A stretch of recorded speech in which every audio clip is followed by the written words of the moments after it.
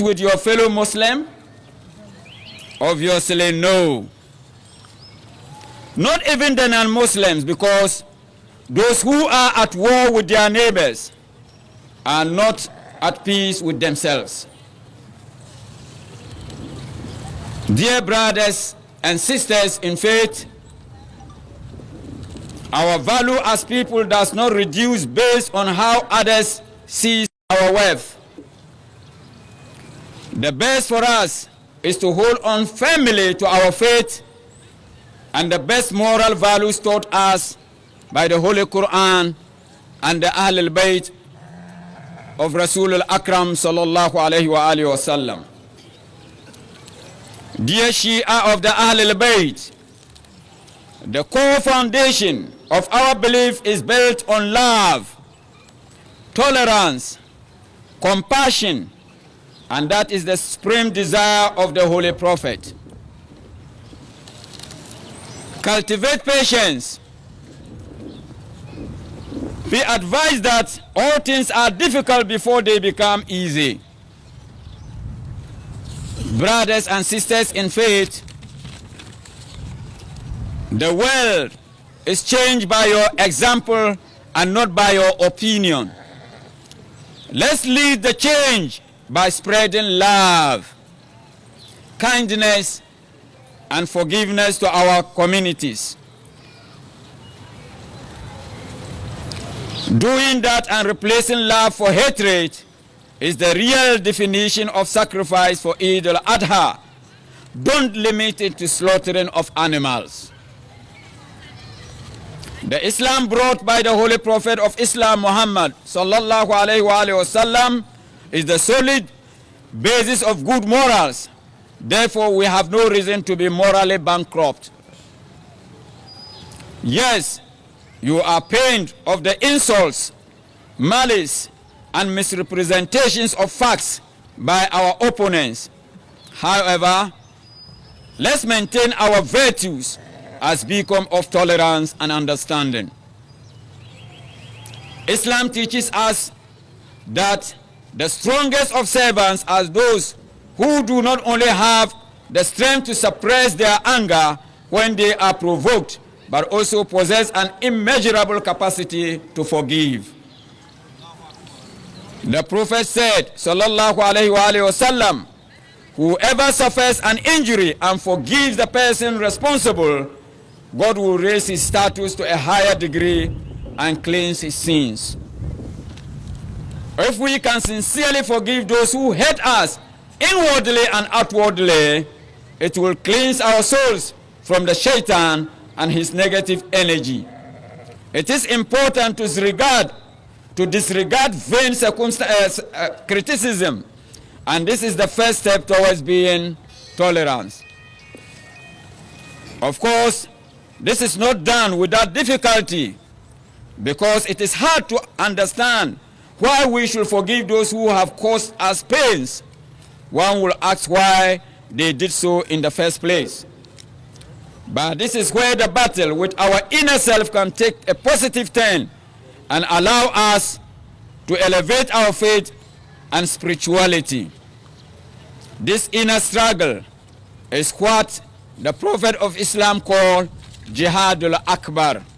That is the greater jihad, because it involves tolerance and fighting the evil within ourselves in order to purify our hearts. Forgiving those who have wronged us unprovoked is a definite way of pleasing Allah the Almighty, pleasing the Holy Prophet of Islam, and pleasing the infallible Imams. Islam also teaches us that the best kind of forgiveness is answering oppression of others with kindness. The Prophet of Islam inspired us with his practice when he said to his followers, God had ordered me to maintain ties with those who cut ties with me, and to give to those who deprive me, and to forgive those who oppress me. Sallu ala Muhammad wa ali Muhammad. Allahumma salli ala Muhammad wa ali Muhammad. Dear brothers and sisters in faith, the Prophet of Islam and his infallible progeny went beyond human egos and practiced unmatched generosity.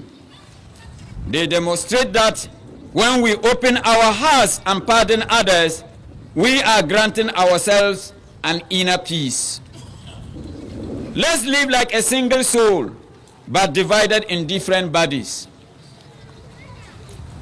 We all need to take a step back and remember we have no greater right to be here than the other.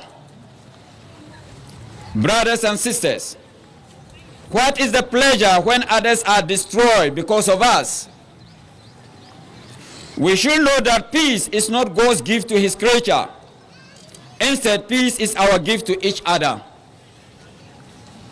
Brothers and sisters in faith, let's recall the incident of Ta'if. Our Prophet of Islam, Muhammad sallallahu alayhi wa sallam, was ridiculed, and those who converted to Islam were persecuted and tortured. The people of Quraysh boycotted the Muslims for 3 years, and the Muslims suffered from sickness, hunger, and poverty.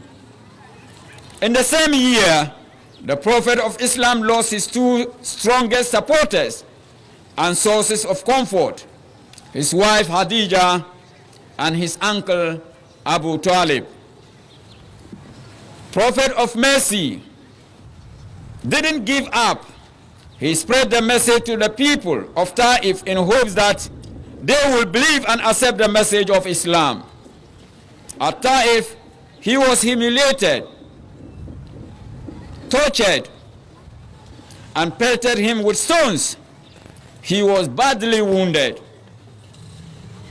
Angel Jibril descended and said, "O Muhammad,